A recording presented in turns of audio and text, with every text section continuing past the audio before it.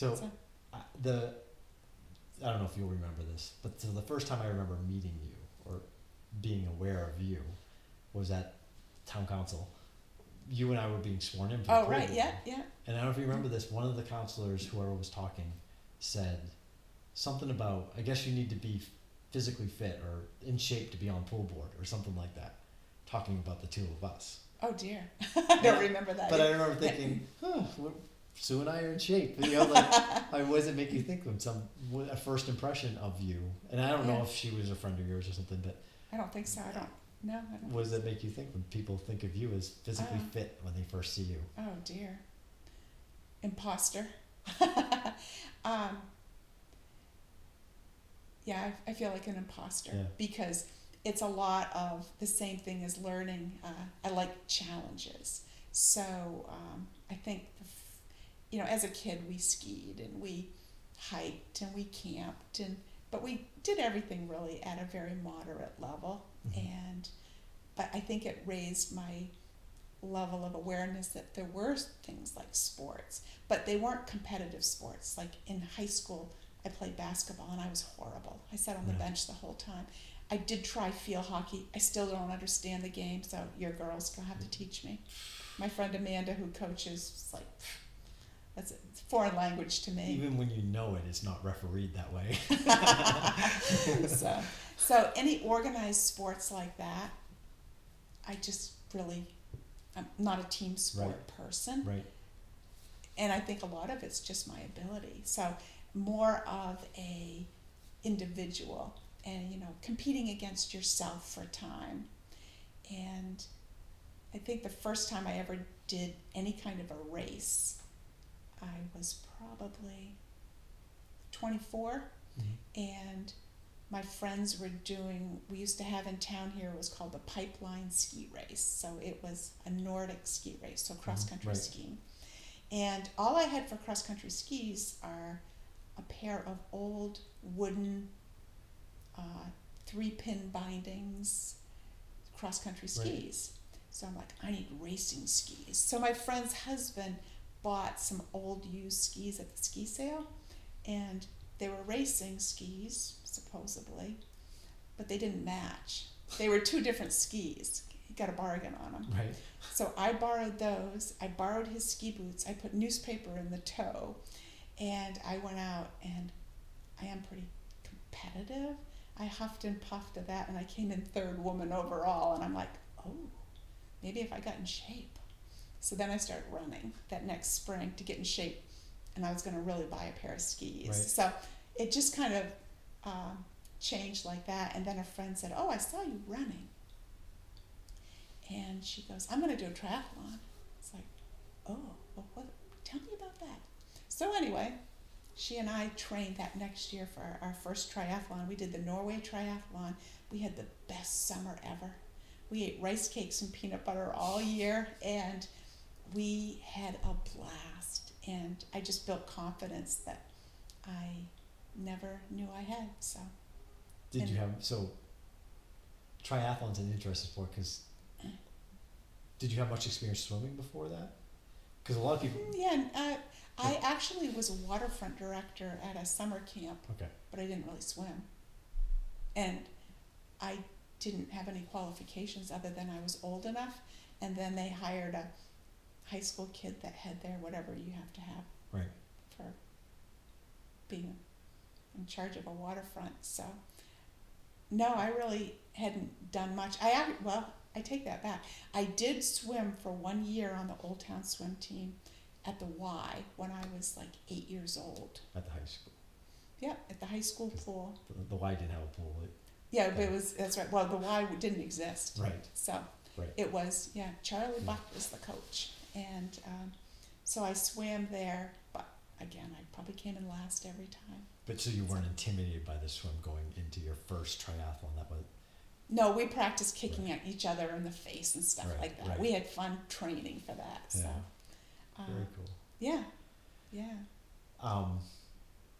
I probably actually know, just from our conversation, I know the answer to this, but I'm going to ask you. So how do you choose in the morning what you're going to do? Like, I saw you biking one day. I'm like, I didn't know Sue biked, and I've seen you run, and I know you swim. Like, How do I choose? Well, it depends on my friends. So right now my friends run Tuesday, Thursday, Friday. So, and then I try and do one alone on the weekend. And then biking. I was a slow start off with the biking. I'm actually probably my best sport. I don't know what my best sport is. I do too many, so I'm not very Right. good at any of them. Probably road biking is my best Yeah. sport. But the cars bother me some. Yeah, that's But I can still, I've done, many century rides, so right. it's not like I don't ride. Right. And we have fun when we ride, but I don't usually ride alone. Right. So I tend to chat on the bike with somebody, and that's not really safe Right. either. So, Right. Every time I'm with my mother, she's buying me another light for my bike. yeah. The more lights Yeah. you have, the more people see you. Well, that's Okay. true. Yeah, yeah. So it depends on what my friends are doing. Right. I've been doing quite a bit of mountain biking this fall, and I'm clearly not good at that. The back of my legs would show that right now, as you see all the cassette marks on my legs. They are not tattoos; they're real. And but it's just social for me.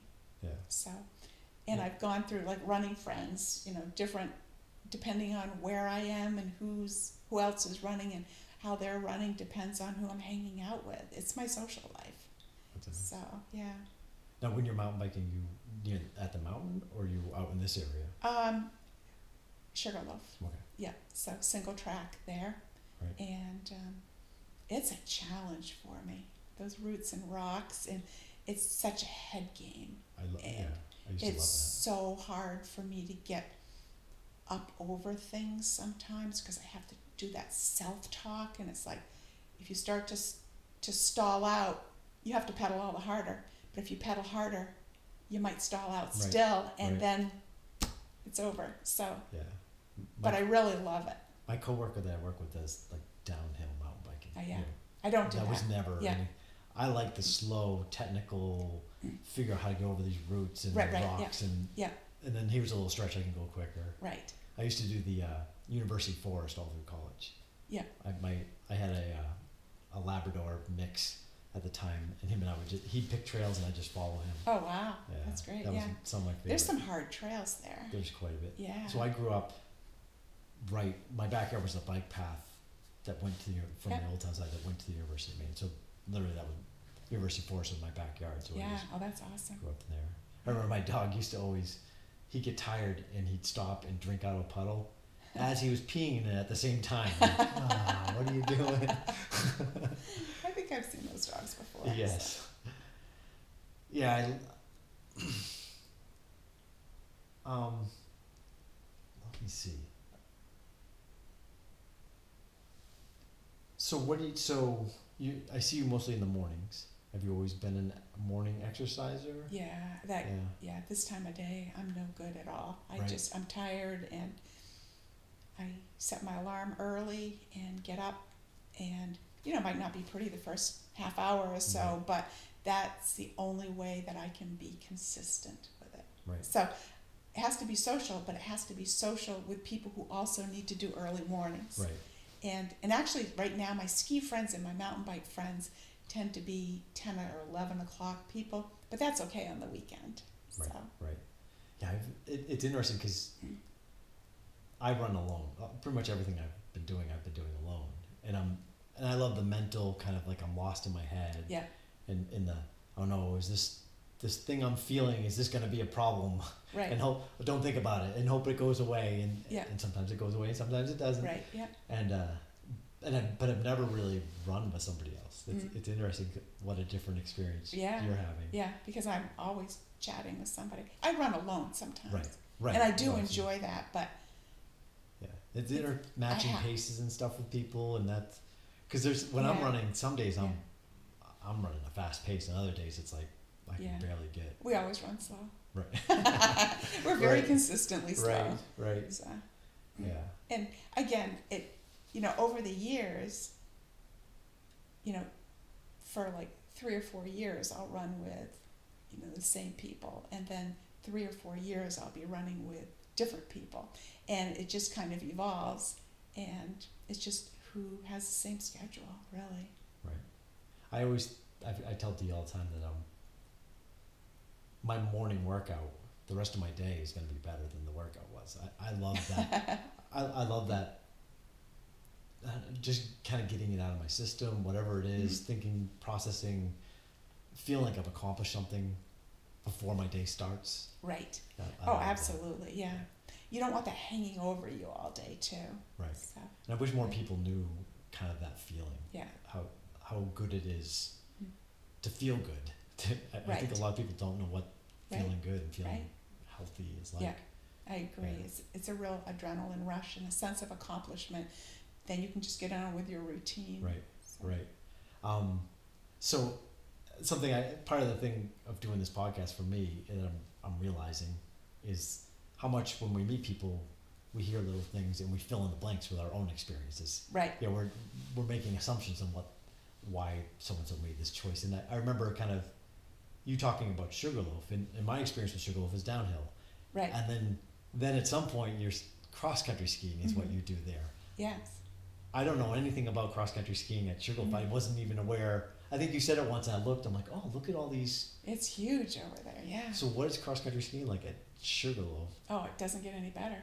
So it's Well, I think why I'm asking is so Dee and I recently started taking up cross country skiing. We probably 2 years ago we might have got up like 3 times. Last year, a few more. yeah. And we're such novices. And my background's in snowboarding, which is such a different kind of, in every way different. It sure is. The hills scare the daylights out of me on the cross country skis. Like I'm still learning how to control. I can snow plow or. Yeah.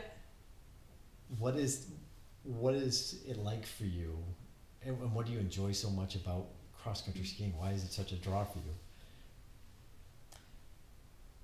Right now, I actually cross country ski. Contrary to whatever I've said here, I cross country ski mostly alone. Not because it's choice, because all my friends are fat biking right now. Right. But I love the quiet I knew you were gonna say and the tranquility of it, but I like to go fast. I'm very confident on cross country skis, and I used to race a lot from that Right. first ski Right. race, and then I got into skate skiing, and we had a group that. made No, what is skate skiing? skate skiing is so you think of the classic as like the kick and glide, and so your skis are going straight like this, Oh, right. and your Okay. heels are loose, and then skating your heels are loose, but it's more of a you go off to What the you side. see kind of in the Olympics. when they're Exactly, going yeah. up. Yeah, so that's skate skiing, and I love both. They're two different sports, really, but I love the tranquility of it. I like being able to go fast. I like being confident with it. Are the trails mostly groomed that you're on? Yes. So you're not Yes. going deep woods off grid. No. Okay. There's a lot of people that do that. That's Right. another whole sport, Right. the backcountry. And no, I want nicely groomed trails. And then I started actually teaching Nordic skiing. So there you go. We'll trade you that electrical Absolutely. plumbing for the ski lessons. And I really enjoyed that for quite a while. But then, you get out there and you get cold and frustrated. And it's like, I could just buy a pass and ski by myself. So my perfect day is to go up on the mountain for 4 or 5 hours, come down, go out for a Nordic ski for an hour or two, and come home to a nice warm house. So you downhill too? Yeah, I Oh, down okay. and I snowboard. Gotcha. So Do you? snowboarding is not pretty. I'm very Right. intermediate. Yeah. I can get down everything, but sometimes I fall a lot. I get that. Yeah. Do you ever telemark ski? I've tried it. I'm horrible. It's I have tele skis because I like to skin up. Yeah. My coworker who's the downhill mountain biker, he was a professional downhill skier, but just I don't know. There's a name for it, but you're just going straight in a straight line as fast as you can, down the mountain. Like you're not Yeah. you're just getting top speed kind of thing. And then he's transitioned into telemarket ski, and he Yeah. talks, and he's been doing it for years. He's like, everybody you see on the mountain does it wrong, and he's like, I'm one of those people. he says I the can't do it. snowboarders pick it up so much faster. Mm. He's always talking about the rhythm of it, Mhm. when you're in a corner, it's just a slow, Mhm. you're not, he's like, skiers tend to want to like force down the mountain. Right, He goes, yeah. But you need to be smooth through it and feel Right. the mountain, Yeah. which is more similar to snowboarding, which I've never done it. I Yeah. always look at the telemarkers and think, oh, it looks amazing. Yeah, it is. And- Yeah, it looks amazing. I can't do it. I'm much better snowboarder than I am a tele skier. It's The squat, like just everything about it looks so difficult. yeah, it's just backwards to me to go Yeah. down. I try to do it. I have equipment, but I'm just horrible at it. Yeah, And I yeah. have to say that if I go over and do like a really intermediate lift, I do have fun for an hour or so, but Yeah. I'm just horrible at it. Snowboarding is a nice challenge for me when I want to mix it up. Right. So, When but you- people don't always want to wait for me. Right. So you're not taking a lift to cross country ski. No. At Sugarloaf, you're just kind of around the lower levels of the mountain. Well, there's a whole Nordic Center there. It's called the Sugarloaf Outdoor Center at Okay. Sugarloaf, and many alpine areas have those.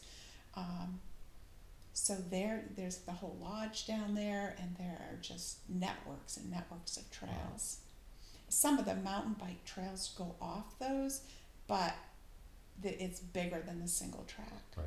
So Yeah, I'm with you. The quietness, the smells of the woods, Yeah. the being out in nature. Yeah. Do you worry all about the aloneness though, that if something happens? no. No, Dee's always No. talking about bears and stuff. I mean, I got chased by a bear up here, so she's always. Oh, really? Yeah, on my morning run, that was. Wow. You got chased by it? Well, I shouldn't say chased. Nellie's corner store right here. Yeah. I just took a right. Yeah. And I heard a growl. And I remember crossing the road. I quickly somehow crossed the road, heard a noise going up the tree above me. I looked up, and 3 cubs were running up the tree faster than I can run horizontally, which Wow. is just blew my mind. Wow, yeah. And I turned, and this all just happened. I mean, it seemed like forever. It was Yeah. like slow motion, all these Yeah. things, the growl, the noise, Wow. and then mom bear standing at the bottom of the tree staring at me. Oh no. And I'm Yeah, looking you don't at- want to be between a mama and a baby bears. But I was told later by a friend of mine who's an avid hunter, was like, Mama Bear was just telling the cubs to get away. Yeah, And luckily I wasn't between them. And I Right. just but you could have. I locked eyes with her and Yeah. walked away slowly, terrified, looking at Yeah. houses like, what do I do in this situation? Right. I don't know what I Wow. would have done, Yeah. because they're so fast. I have not.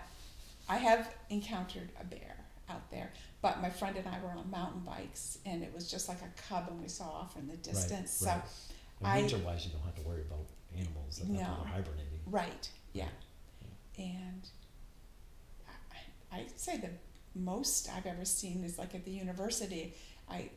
In the spring, coming around a corner with Nordic skis on and down a hill, and having like 10 deer standing there eating off the trail, and that's really not dangerous, Right. but it's Right. inconvenient Right. because they won't move. They're so Yeah, tame they over are there. So literally, that was my backyard growing up, and Yeah. I was always amazed we could walk up to them. For the Oh, most yeah. part. Yeah, it's crazy. Yeah. Yeah. Yeah, they're so tame. Yeah. Have you ever run a marathon? Oh yeah, many. Okay. Yeah. So do you remember your first? Oh yes, my first was my fastest too. Really? Yeah, my first marathon was Lowell, Massachusetts, and it's 2 loops, so it was 2 half marathons. Right. That was perfect for me because I was so focused on what I was going to do. I had my goals, and I had practiced my pacing, and I had the watch, and I had the band. It was back before you had the smart watches. Right. And you had the band so you could read before I needed glasses. So I knew my pacing chart. Didn't go too fast, didn't go too slow. It was by far the best. Since then, it's like, I'm just going to run and have fun. So I did qualify for Boston Wow. with my first, and then did Boston the next year. Didn't pace, dance the whole way, and no, I danced for 10 miles, and then it's like, I'm tired. I'd spent so much energy, and I think back then the race started at noon. Mhm. So my day was over. I'd been riding school buses since 5 o'clock in the morning. Right. So after that, I became a little more focused. So I've done Boston 3 times. I did Lowell. My husband used to do them with me too. We did Chicago. We did Twin City Marathon. Wow. So we used to do our vacations for marathons. I've done Maine Marathon twice. So So your experience of your first is so different than mine. Mine, I hit the wall that Yeah. they talk about. oh, I've hit the wall, just not on the first one. Right. And the pain I had, I've never had joint pain. At that point, I'd never experienced any kind of joint pain running whatsoever. And I did MDI. Oh, marathon. that's a hard one. So they tell me Yeah. probably not the best choice for the first. That's a hilly one. I'd pick Lowell as a flat one. Right. And I felt really good. And I think training wise, I'd been up to like 18 miles, and I'd done it like 3 or 4 times. So I Mhm. felt pretty, and I would get done and felt like pretty confident. Yeah. That I still had 8 more miles in me. Yeah. And D saw me about mile 18 to 20, and I was still, and I kind of wanted to do a Boston qualifying pace, and Yeah. I was pretty close to that, and then the wheels fell off. Oh, yeah. Around 20, Yeah. everything locked up. It felt like my tendons were like loose guitar strings. Like Mhm. every step was so Yeah. painful. And then I remember, like I tried to run for, I think the first sudden I water stopped and I have a drink and I stopped for a second and started trying to run. I was like, oh no. Yeah. And I'd be like, okay, I'll run to the next telephone pole and I gotta stop. Yeah. And it was such a mental struggle. And I remember getting to like the last mile, coming into Southwest Harbor, I think it is, and people are now there on the side of the road cheering you. Mhm. It's like I can't walk. And I Yeah. can see I'm walking, so I Yeah. ran. It was the most, well, I think I've had more pain before, but sustained pain that I've pushed myself through. Yeah. And I'm trying to put a smile on my face. I got to that finish line. They gave me my medal, and Dee was right there, and I just bawled. It was, and I'm I've like, been there. Yes. I'm like, never let me do this again, ever. And I didn't do anything like that again for about 6 or 7 years, and now Wow. I'm hooked. Yeah. I think You're doing the Ironman now, right? I've Yeah. done 2. I'm trying to run 100 miles right now. Oh That's dear. my- Ultras. I love ultras. Yeah. So it's funny. I have a cousin. Him and I are kind of both at the same level, pushing each other. He's in Portland, I'm here, Yeah. but we're trying to figure out the keys to get that kind of distance. But the mental challenge of it, and it's funny. I find that I'm like an addict chasing that high of that marathon, even though it was so difficult, Mhm. and I pushed myself through it. Mhm. I want to experience that again. Right. Yeah. Yeah. See. My I did Lowell, then I did the Boston that I qualified for Right. that time, Right. and danced the first 10 miles. And Heartbreak Hill broke my heart. And I finally found my family at the family meeting place at the end, and just the crying started too. But part of that was probably just so emotional because of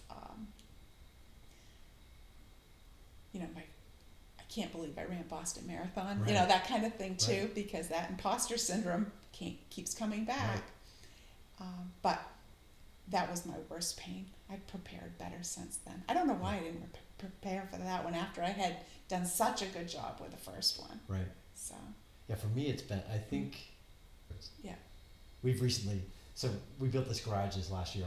There's a Mhm. sauna we put in up there. Oh yeah. That's my. Oh okay. I love. Where is sauna. the sauna? Upstairs? See where this foam is right here? Oh yeah. It's directly above that. Oh. Yeah. We have a sauna at Sugarloaf that we outdoors, so you have to go outdoors to get to it. Do you have to? Is it logs or is it electric? Or It is you don't no, have it's to light, logs. You have to light a fire. Yeah, we bought the stove from either Sweden or Norway and had it Mhm. shipped over. It took forever. It took 6 months for it to get Right. here. So yeah, and it's cedar on the inside. Right. Yeah, I love. Dee and I will do that 4 or 5 times a week. yeah, I suffer more in that. The first Yeah, it's hot. We'll do like Burns your nose. oh my gosh, we'll do like a half hour. Yeah. And it's usually like 178 degrees. And the first 20 minutes, I just love it. The Yeah. sweat's rolling, and Yeah. then I suffer. Yeah. My heart's going. I'm like, Yeah, I'm yeah, gonna die. yeah. I can't get comfortable. Yeah. And I'm itching to get out of there. Yeah. I love how I feel afterwards though. Yeah. Especially winter. And it's Because cold. because you finally got your blood pumping again, so you're Right. not that chilled to the bone thing in Maine. Right. And and there's so many health benefits to sauna. Yeah. Yeah. So that's indoors. Yep. So ours, you can just step outside for I a know. second and get cold. Well, this is not. It's Then- not heated up there, so you step outside in the Oh, winter, okay, and it's that's good, yeah. it is pretty cold Yeah. immediately. Yeah. I've done the Millinocket Marathon. That's a really cool. Yes, that's the Because- free one that. Right, that yes. you're supporting the community, Yep. and it's amazing to me how many people from the community come out to support Yes. it. Yeah. It's a really cool atmosphere. Yeah. Cool is an interesting pun because it's. It's freezing It's cold. so I've had cold. friends that have done it. Yeah. I finished, so I've done it once. Last year it was canceled. I would have done it, but the year I did it, Mm. I finished, felt pretty good. Like I wasn't overly cold at that point. Yeah. But there wasn't a bus. The buses weren't there to bring me back to the high school. Right. So I had to kind of Oh. jog to the high school, and now everything's getting cold. Right. Right. And the school had their showers open, so I was Yeah. so excited to get a hot shower, and the showers were ice cold. I Oh was no. just shaking, Oh no. and then I had to drive back home, and I remember calling to once again, "Don't ever let me do this again." There was one year, my friend Stephanie did it that year, and it was really, really cold. That might have been the same year. I know So, a couple of years ago it like sleeted and Yeah. moisture. At least the year I did it was dry. It was really cold Yeah. but dry. But that's a really cool. Yeah. It's just nice being up there and supporting that area. Yeah. Yeah. Very cool. Very good. Not just pursuing happiness though, avoiding unhappiness. You know, Mhm. there's so many things that I think people do that just cause them unhappiness, and being on the phone all the time, or Right. and I actually heard an interesting lady. She was actually like a recovery specialist. She was a doctor, an MD of recovery, and she talked about how we have too much pleasure in our lives, which is Mhm. interesting. Mm. She was saying because we have on our phones, we have constant. We can always be entertained, and she's like, we need to Right. spend more alone time, actually in discomfort. She was saying, which Mm. is interesting. Mm. That Maybe she- that's why we run. well, she was talking about how in recovery, when you take drugs or whatever, your brain overloads to pleasure, and then our brains are designed to find balance. Mhm. So if you've gone too much on pleasure, you're overloading. Now you're stuck overloading in discomfort, or however you want to define that. And she's saying if we can challenge ourselves to do difficult things, Mhm. like you and I do, running Right. and stuff like that. Right. You know, I spend a 2-hour run. I've been in discomfort. Mhm. You know, even though I enjoy my run, it's still Right. discomfort. Right. Yeah. Well, now my brain is adjusting Mm. in a positive way the rest of the day, and I think that's that morning thing. I Yeah. exercise in the morning. The rest of the day, I feel almost a highness. Right. And my so when I did my last Ironman, my cousin was doing. He was training for the Ironman, and ended up it was too much for him to take on swimming and biking, so he Mhm. did a double marathon that day. And Yeah. we timed it up so we were Yeah. finishing about the same time, and then we Yeah. did a quick little post race podcast immediately Yeah. after, and the two of us were high. I Yeah. mean, it was like we were drunk, Right. Yeah. just giddy. Getting that runner's high. It Yeah. Yeah. really was. Yeah. So I think pushing to discomfort Mm. more can get us to happiness too. Mhm. I agree. Yeah. And that's like you were talking about fasting. Right. So by fasting, it makes that hamburger or that More. Dinty Moore beef stew Right. taste better. Right. Yeah. I wish Yeah, more that's a people good knew point. about that. That's a Yeah. yeah. Because I think steering too much to happiness can tilt you the other way. Right. But agree. I do think Yeah. that we should be avoiding just things that cause us to be miserable too. So Right. it's a Right. tough thing to balance for everybody. Right.